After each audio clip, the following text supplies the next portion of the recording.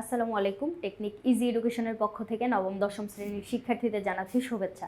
আজকের পর্বে আমরা অনুশীলনীর প্রথম সৃজনশীলটা নিয়ে তোমাদের সাথে আলোচনা করব। কি বলছে দেখো তো, উদ্দীপক হিসেবে দুইটা চিত্র দেওয়া আছে। প্রথম চিত্রটায় আমরা কোষ বিভাজনের একটা পদ্ধতি বা একটা ধাপ দেখতে পাচ্ছি। কোষ বিভাজনের ধাপ আমরা জানি হচ্ছে 5টা: prophase, prometaphase, metaphase, anaphase, telophase. এই 5টা ধাপে আমাদের মাইটোসিস কোষ বিভাজনটা সম্পন্ন হয়। মাইটোসিস এই কোষ বিভাজনটা আমরা এই 5টা ধাপে সম্পন্ন হইতে দেখি। এই 5টা ধাপের ভিতর তোমাকে এই নামগুলা অবশ্যই সিরিয়ালে বলা লাগবে। প্রোফেজ 1 নাম্বার ধাপ, 2 নাম্বার ধাপ যদি আমি বলি তাহলে তোমাকে প্রোমেটাফেজই বলতে হবে, তারপরে মেটাফেজ, অ্যানাফেজ, টেলোফেজ। সিরিয়ালে এই নামগুলো আসতেছে। এখন তোমার এই যে প্রতিটা ধাপে আমরা বিভিন্ন ধরনের মানে কোষের ভিতরে নিউক্লিয়াসের বিভিন্ন ধরনের চেঞ্জেস দেখতে পাইতেছি, যেখানে তোমাকে এই চিত্রটা দেখেই বুঝতে পারা লাগবে যে এটা কোন ধাপটাকে বুঝাইছে, প্রোফেজ নাকি প্রোমেটাফেজ, মেটাফেজ, অ্যানাফেজ নাকি টেলোফেজ। সেক্ষেত্রে এই যে দেখো উদ্দীপকের এই ধাপটা দেখে আমি কি দেখতে পাচ্ছি, দেখো এই জায়গাটা হচ্ছে সেন্ট্রোমিয়ার। এই সেন্ট্রোমিয়ারের পিছন দিকে হচ্ছে তোমার বাহুগুলা আছে। এই যে এখানে সামনে তোমার সেন্ট্রোমিয়ার, তার পিছনে তোমার এই বাহুগুলা অবস্থান করতেছে। দেখছো এই যে সেন্ট্রোমিয়ার আর বাহুগুলা আলাদা হয়ে গেছে, মানে সেন্ট্রোমিয়ারটা বিভাজিত হয়ে এরকম চলাচল করতেছে। কোন দিকে চলতেছে? এই যে দেখো মেরুতে, এই দিকে উপরে নিচে হচ্ছে দুইটা মেরু। ওই স্পিন্ডল যন্ত্রের আকৃতিটা থাকে হচ্ছে তোমার এরকম। এই আকৃতিটার এই যে উপরে একটা মেরু, নিচে একটা মেরু। দেখো তো এই সেন্ট্রোমিয়ারগুলো কোন দিকে যাচ্ছে? মেরুর দিকে যাচ্ছে না। এই যে এটা উপরে মেরুর দিকে যাচ্ছে, এটা নিচের মেরুর দিকে যাচ্ছে। এই বৈশিষ্ট্যগুলো দেখে আমি বুঝতে পারতেছি এটা হচ্ছে আমাদের অ্যানাফেজ ধাপটা। মাইটোসিস কোষ বিভাজনের 4 নাম্বার যে ধাপ, প্রোফেজ, প্রোমেটাফেজ, মেটাফেজ, অ্যানাফেজ, ওই অ্যানাফেজটা হচ্ছে এই চিত্র এতে বুঝাইছে, অ্যানাফেজ এটা বোঝানো হয়েছে। এরপরে বি নাম্বারে দেখো হাতের চিত্র দেওয়া আছে। হাত এঁকে দিয়ে এখানে উপরে হচ্ছে তোমার কিছু ফুলে আছে এরকম বুঝাইতে চাইছে, এবং এটা হচ্ছে আমাদের টিউমার কোষ সৃষ্টি বা ক্যান্সার তৈরি হচ্ছে এরকম বুঝাচ্ছে। কারণ আমরা জানি মাইটোসিস কোষ বিভাজন যদি অনিয়ন্ত্রিতভাবে হয় সেক্ষেত্রে এরকম তোমার দেহ কোষে মানে কোষের বিভিন্ন জায়গায় অনিয়ন্ত্রিতভাবে কোষ বিভাজন ঘটতে থাকে এবং এরকম ফুলে যায়, ফুলে গিয়ে টিউমার তৈরি হয়। টিউমার পরবর্তীতে তোমার হচ্ছে ক্যান্সার কোষে পরিণত হয়। তাহলে আমরা উদ্দীপক দুইটা বুঝতে পারলাম, এটা হচ্ছে তোমার টিউমার বা ক্যান্সার বুঝাইতে চাইছে, টিউমার বা ক্যান্সার। উদ্দীপকটা বুঝতে পারার পরে এখন চলো আমরা প্রশ্নে যাই। ক নাম্বার প্রশ্নটা কি বলছে দেখো তো, ইন্টারফেস কাকে বলে? ইন্টার মানে হচ্ছে মাঝখান, আর ফেজ মানে হচ্ছে পর্যায় বা ধাপ। তাহলে ইন্টারফেস এটা হচ্ছে এরকম একটা পর্যায় যেখানে তোমার একটা কোষ, আমরা কি জানি কোষ বিভাজিত হইতে থাকে, একটা কোষ বিভাজিত হয়ে দুইটা অপত্য কোষ তৈরি করে, ওই অপত্য কোষগুলো আবার বিভাজিত হয়ে আরো দুইটা অপত্য কোষ তৈরি করে। এরকম দুইটা, একটা থেকে দুইটা, দুইটা থেকে চারটা, চারটা থেকে 8টা, 16টা, 32টা, এভাবে কোষের সংখ্যা বাড়তে থাকে। তাহলে ধরো একটা কোষ বিভাজন ঘটতেছে, এই জায়গায় একটা কোষ ও বিভাজিত হয়ে দুইটা কোষ তৈরি করলো। এখন এই কোষ দুইটা আবার দুইটা কোষ তৈরি করবে। তাহলে কোষ বিভাজনের এই যে মাঝখানে মানে একটা কোষ বিভাজন ঘটলো, কিছুক্ষণ পরে আবার আরেকটা কোষ বিভাজন ঘটবে। এই যে একটা কোষের দুইবার মানে পরপর দুইবার কোষ বিভাজনের মাঝখানে নিউক্লিয়াস কিছু প্রস্তুতিমূলক কার্য সম্পাদন করে।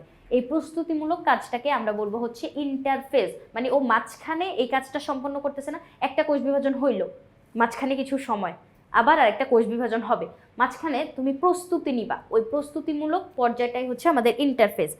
নিউক্লিয়াসের প্রস্তুতিমূলক পর্যায়টাই হচ্ছে ইন্টারফেজ। এখন আমি এই জায়গায় তোমাদেরকে আরেকটু ইনফরমেশন দেওয়ার চেষ্টা করি।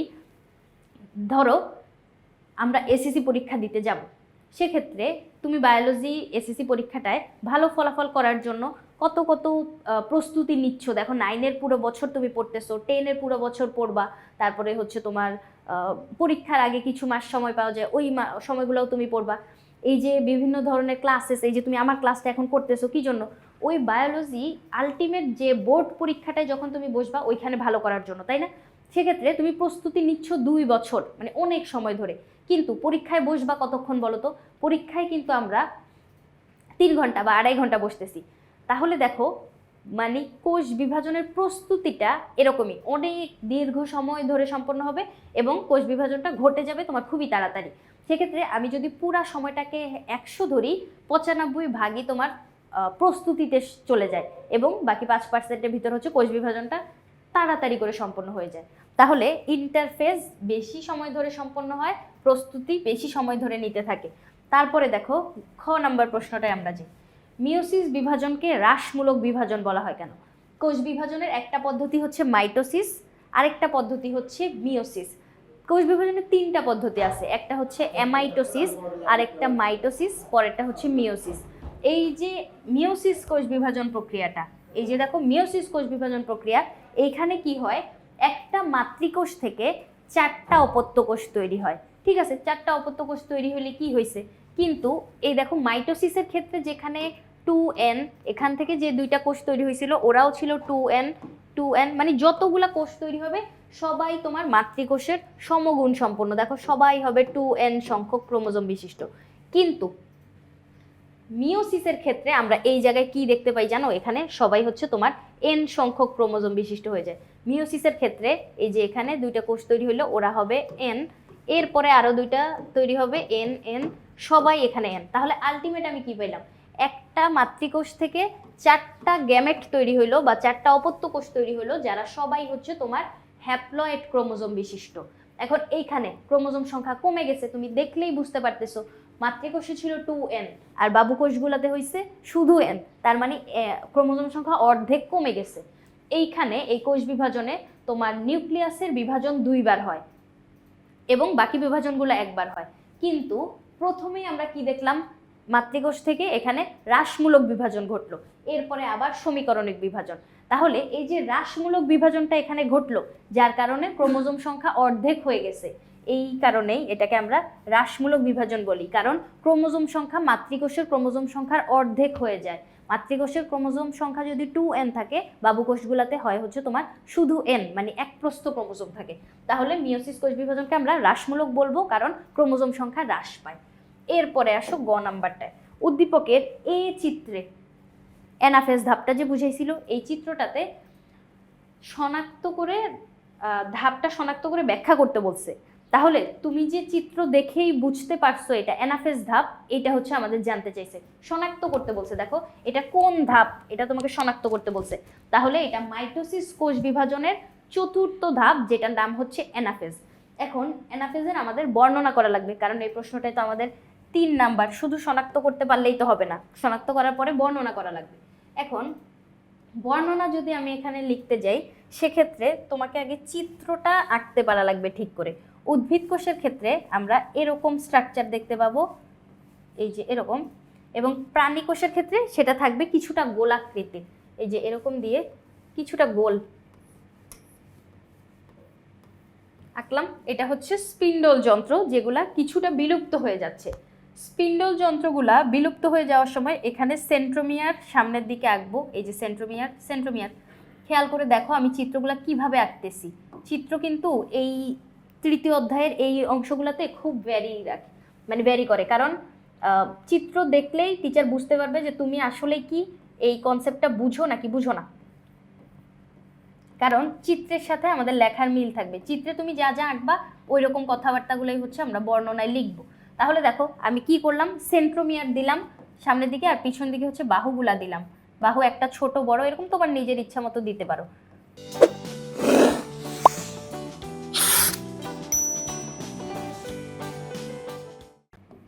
দেখো দিলাম। তারপরে এই যে সেন্ট্রোমিয়ারগুলো সামনের দিকে যাচ্ছে এবং বাহুগুলো ওর পিছনে পিছনে যাচ্ছে, ওদের ডেস্টিনেশন কোথায়, এই যে মেরুতে। দেখো ওরা মেরুর দিকে চলে যাচ্ছে না, সেক্ষেত্রে এই যে স্পিন্ডল যন্ত্রের যে অংশগুলা ওগুলা কিন্তু বিলুপ্ত হয়ে যাবে। আমরা কি জানি স্পিন্ডল যন্ত্র দেখতে এরকম হয়, এই যে এরকম অনেকগুলো তন্তু, কিন্তু ওই সেন্ট্রোমিয়ারগুলো যখন চলে যাচ্ছে মেরুর দিকে, তখন কিন্তু তোমার এই তন্তুগুলো এই যে ভ্যানিশ হয়ে যাওয়া শুরু করে। এজন্য এখানে আমরা বিলুপ্ত হয়ে যাচ্ছে বোঝানোর জন্য এরকম ডট ডট দিয়ে বুঝাবো। দেখো এইখানটায় কি করব, এরকম ডট ডট দিয়ে বুঝাবো যে এই জায়গাগুলো কি হয়েছে আমাদের বিলুপ্ত হয়ে যাচ্ছে কিন্তু। তাহলে এভাবে দিলাম। এরপরে প্রাণী কোষের ক্ষেত্রে আমাদের যেটা দেওয়া লাগবে, এইখানটায় সেন্ট্রিওল দেওয়া লাগবে। এই সেন্ট্রিওল কি করে, তোমার অ্যাস্টার রে বিচ্ছুরিত করে, এক ধরনের রশ্মি বিচ্ছুরিত করে। দেখো প্রাণী কোষের ক্ষেত্রে শুধুমাত্র এটা আমরা দেখব, উদ্ভিদ কোষের ক্ষেত্রে কিন্তু এটা থাকবে না। তাহলে আমি অ্যাস্টার রে দিলাম। এরপরে উদ্ভিদ কোষে স্ট্রাকচারটা হবে এরকম, কোষ প্রাচীর থাকবে, পুরু কোষ প্রাচীর। এই যে দেখো পুরু কোষ প্রাচীর আমি দিলাম। উদ্দীপকে আমাদের কি দেওয়া আছে, শুধু উদ্ভিদ কোষের চিত্র দেওয়া আছে, তাহলে আমরা অ্যান্সারের ক্ষেত্রে উদ্ভিদ কোষটা মাস্ট আঁকা লাগবে, আর যদি তুমি চাও সেক্ষেত্রে প্রাণী কোষেরটাও দিয়ে দিতে পারো, দুইটা চিত্র দিলে হচ্ছে বেশি ভালো হয়। সেক্ষেত্রে এখন এইদিকে তাকাও, প্রাণী কোষের ক্ষেত্রে থাকবে কোষ ঝিল্লি, এই যে এরকম। এবার হয়ে গেছে, এটা উদ্ভিদ কোষ, এটা প্রাণী কোষ। আর ধাপটা কি, এটা হচ্ছে আমাদের অ্যানাফেজ। অ্যানাফেজ কোষ বিভাজনের যে ধাপ, অ্যানাফেজ, মাইটোসিস কোষ বিভাজনের অ্যানাফেজ ধাপটা। এই ধাপে এবার বৈশিষ্ট্যগুলো দেখো, স্পিন্ডল যন্ত্র বিলুপ্ত হয়ে যাচ্ছে, সেন্ট্রোমিয়ারের বিভাজনের ফলে, মানে সেন্ট্রোমিয়ারের বিভাজনের ফলে অপত্য ক্রোমাটিড তৈরি হয়েছে, এটাকে আমরা বলবো হচ্ছে ক্রোমোজোম। এই যে এটা হচ্ছে ক্রোমোজোম, একে আমি মাঝ বরাবর ভাগ করে দেই, তাহলে কি হবে, একটা সেন্ট্রোমিয়ারের সাথে এই একটা বাহু, এইটাকে বলবো হচ্ছে ক্রোমাটিড। তাহলে এই যে ক্রোমোজোমগুলো এখানে কি হইলো, ক্রোমাটিডে পরিণত হইলো। এরপরে ওদের ডেস্টিনেশন হচ্ছে মেরু, ওরা মেরুগামী চলন শুরু করে। সেক্ষেত্রে চলনের ক্ষেত্রে সেন্ট্রোমিয়ারটা থাকতেছে সামনের দিকে এবং বাহুগুলা থাকতেছে পিছনের দিকে। দেখো সেন্ট্রোমিয়ার অগ্রগামী এবং বাহুগুলা অনুগামী। এইখানেও দেখো সেন্ট্রোমিয়ার এই মেরুর দিকে আসতেছে, সেন্ট্রোমিয়ার থাকতেছে সামনে এবং বাহুগুলা থাকতেছে পিছে। এবার ওদের ডেস্টিনেশন যেহেতু এই মেরুটা, ওরা কিন্তু এই ধাপের শেষের দিকে মেরুতে পৌঁছায় যাবে। দেখো মেরুতে পৌঁছানোর পরে কি হবে জানো, ওই যে ক্রোমোজোমগুলা মেটাফেজ ধাপে সবচেয়ে মোটা আর খাটো ছিল, এটা কিন্তু মেটাফেজের মেইন বৈশিষ্ট্য, মেটা, মোটা, খাটো, এভাবে মনে রাখতে পারো, মেটাফেজ মোটা আর খাটো, ক্রোমোজোমগুলা তখন এরকম মোটা আর খাটো ছিল। এখন ওই ক্রোমোজোমগুলা মেটাফেজের পরেই হচ্ছে এই অ্যানাফেজ, অ্যানাফেজ ধাপে ওদের এই বিভাজনটা ঘটলো, ওরা মেরুর দিকে চলে যাচ্ছে। এরপরে কি হয়, ওই মোটা আর খাটো ক্রোমোজোমগুলা মেরুতে যাওয়ার পরে লম্বা হওয়া শুরু করে দেয়। এই ধাপের শেষে ক্রোমোজোমগুলা মেরুতে অবস্থান করে এবং দৈর্ঘ্য বৃদ্ধি পাইতে থাকে। তাহলে দেখো এই বৈশিষ্ট্যগুলাই, এই কথাবার্তাগুলাই আমরা এখন বর্ণনায় লিখব।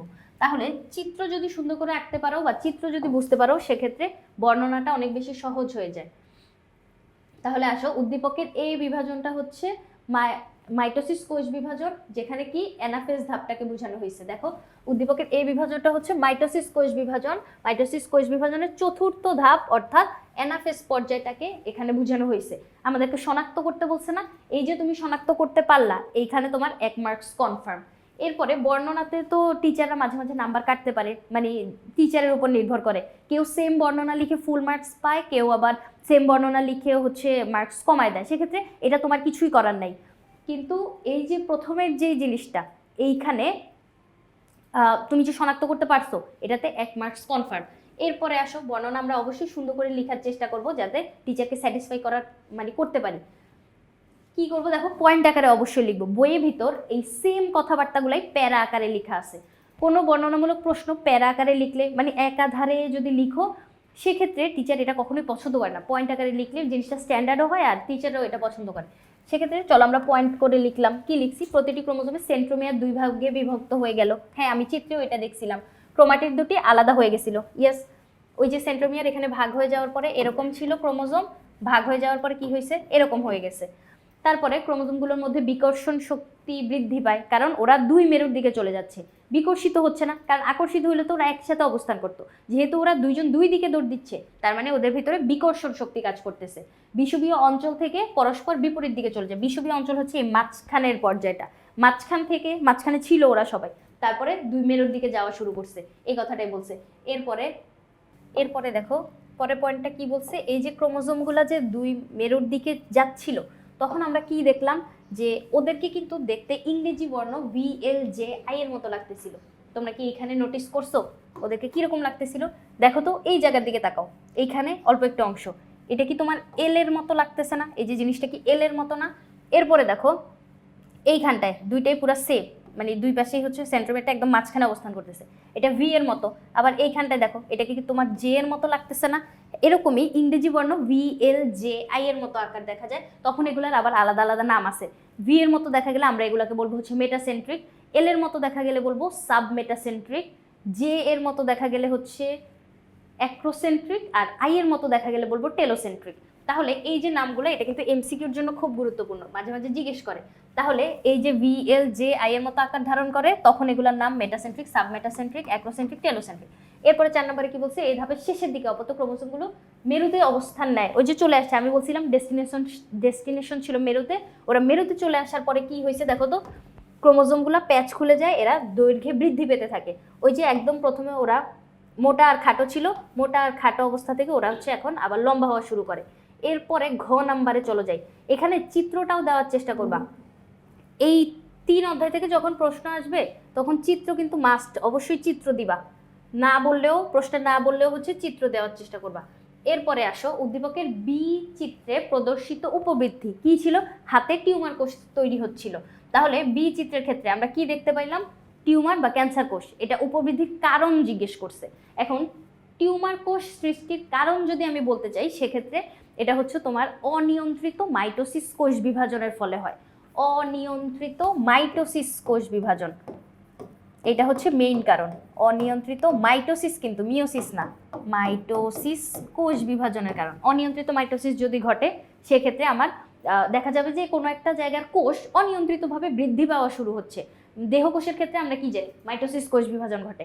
এখন তোমার দেহের একটা কোষ, ধরো হাতের এই জায়গার কোষটা, এখানে কোষগুলা তোমার হচ্ছে অটোমেটিক বিভাজিত হইতেই আছে, থামতেছে না। আমরা কি জানি বিভাজনের ক্ষেত্রে একটা পর্যায়ে যায় তো থামবে, কারণ এই যে তোমার দুইটা হাতের লেন্থ পুরো সমান হইতে হবে, সেক্ষেত্রে কোষ বিভাজনটা নিয়ন্ত্রিত হয়। তোমার একটা সময় পরে কোষ বিভাজনটা থেমে যায়। এই যে আমার আঙ্গুলের কোষগুলো, এটা কতটুকু লম্বা হওয়া প্রয়োজন অতটুকু এসে হচ্ছে কোষ বিভাজনটা কিন্তু থেমে যাচ্ছে। কিন্তু যখন অনিয়ন্ত্রিত কোষ বিভাজন চলতে থাকে তখন কিন্তু এই বিভাজনটা থামে না, কোনো এক জায়গার কোষ বিভাজিত হইতে থাকে। সেক্ষেত্রে মাংসের পিণ্ড তৈরি হয়ে যায়। এই যে মাংসের পিণ্ড তৈরি হচ্ছে বা এগুলোকে আমরা কোষ তৈরি হচ্ছে বলবো না, এগুলো হচ্ছে আমাদের ক্যান্সার কোষ তৈরি হচ্ছে। তাহলে এই যে মাংসের পিণ্ডটা তৈরি হইলো, উদ্ভিদের ক্ষেত্রে অর্বুদ তৈরি হইতে দেখা যায়, আর প্রাণীর ক্ষেত্রে টিউমার কোষ তৈরি হয় বা মাংসের পিণ্ড তৈরি হয়। সেক্ষেত্রে এই টিউমারটা যখন প্রাণঘাতী আকার ধারণ করে তখন এটাকে আমরা কি বলবো, টিউমারকে ক্যান্সার বলবো, মানে প্রাণঘাতী টিউমারকে ক্যান্সার বলতেছে। এখন এটা হওয়ার কারণ কি, কি জন্য অনিয়ন্ত্রিতভাবে হইতে থাকবে? এটার কারণ হচ্ছে যে কোনো ভাইরাসের জিন বা ভাইরাস যদি আক্রমণ করে সেক্ষেত্রে আমরা একটা উদাহরণ বলতে পারি, এইচপিভি একটা ভাইরাস আছে, এইচপিভি, হিউম্যান প্যাপিলোমা ভাইরাস। এইচতে হিউম্যান, পিতে প্যাপিলোমা, ভিতে virus, HPV human papilloma virus. এইখানে একটা এই ভাইরাসটার দুইটা জিন আছে, জিন দুইটার নাম হচ্ছে E6 এবং E7। এই দুইটা জিন কি করে, আমাদের কোষ বিভাজন নিয়ন্ত্রণকারী প্রোটিনগুলোকে স্থানচ্যুত করে ফেলে। তার মানে কোষ বিভাজন নিয়ন্ত্রণে থাকবে যে প্রোটিনগুলো এখানে কাজ করতেছে, প্রোটিনগুলো কি করবে, কোষ বিভাজন হইতে হইতে যখন হচ্ছে তোমার মানে একদম পারফেক্ট দশে চলে আসবে বা আর বিভাজন দরকার নাই, এমন সময় প্রোটিনগুলো কি করবে, কোষ বিভাজনটাকে থামাই দিবে। সেক্ষেত্রে আমরা কি দেখি, আমাদের যে হাত পা দেহকোষের যে বিভাজনগুলা, এটা একটা নির্দিষ্ট মানে রেঞ্জের ভিতর থাকতেছে। কিন্তু যখন তোমার ওই প্রোটিনগুলা স্থানচ্যুত হয়ে যায়, মানে তো কাজ করতেছে হচ্ছে কোষ বিভাজন নিয়ন্ত্রণের জন্য, তুমি ওকেই সরায় দিলা, তাহলে ও ওর কাজ কিভাবে করবে, ও কোষ বিভাজনটা তখন নিয়ন্ত্রণে রাখতে পারবে না, যার জন্য অনিয়ন্ত্রিতভাবে কোষ বিভাজন হইতেই থাকবে। এই যে E6 আর E7 এই দুইটা জিন কি করতেছে, আমাদের কোষ বিভাজন নিয়ন্ত্রণকারী প্রোটিনগুলোকে স্থানচ্যুত করে দিচ্ছে, যার জন্য কোষ বিভাজন অনিয়ন্ত্রিতভাবে হচ্ছে এবং জরায়ু মুখ টিউমার সৃষ্টি হচ্ছে। দেখো এইচপিভি এই ভাইরাসটা কোথায় আক্রমণ করে, জরায়ু মুখে, জরায়ু মুখ টিউমার তৈরি করতেছে। তাহলে জরায়ু আমরা কি জানি মায়েদের দেহে থাকে এবং গর্ভধারণের ক্ষেত্রে এই জরায়ুটা কিন্তু খুবই গুরুত্বপূর্ণ ভূমিকা পালন করে। তাহলে এই জরায়ু মুখে যদি টিউমার সৃষ্টি হয় তাহলে তুমি বুঝতেই পারতেছো ব্যাপারটা খুবই মানে ভয়ানক পর্যায়ে চলে যায়। আর টিউমার তো পরবর্তীতে তোমার ক্যান্সারে পরিণত হবে। আর আমরা জানি ক্যান্সার কোষের কোনো চিকিৎসা আজ পর্যন্ত আবিষ্কার হয় নাই। ক্যান্সার যদি হয় সেক্ষেত্রে তোমার মানে মৃত্যু অনিবার্য। তুমি কিছুদিন 6 মাস মানে 6 মাসও না, বলতে গেলে তোমার যদি সিমটম প্রকাশ পাওয়া শুরু হয় সেক্ষেত্রে তোমার আর বেশি দিন বাঁচা যায় না। কিন্তু কেমোথেরাপি বা মানে চিকিৎসা লেজার ট্রিটমেন্টের মাধ্যমে আমরা আরও কিছু বছর আয়ুটা বাড়াইতে পারি। কিন্তু মানে একবার যদি ক্যান্সার হয় সেক্ষেত্রে ওইটা আর রক্ষা করা যায় না বা কোনো চিকিৎসাও নাই, কোনো হচ্ছে এটার ঔষধও নাই, যার জন্য ক্যান্সার কোষ হচ্ছে মানে অনেক ভয়ঙ্কর। সেক্ষেত্রে এইচপিভি ভাইরাসটা আমাদের কি করতেছে, জরায়ুমুখ টিউমার সৃষ্টি করতেছে। এই ভাইরাসের দুইটা জিন, এই দুইটা জিনের নাম মনে রাখা লাগবে, এটা এমসিকিউতে মাঝে মাঝে আসে।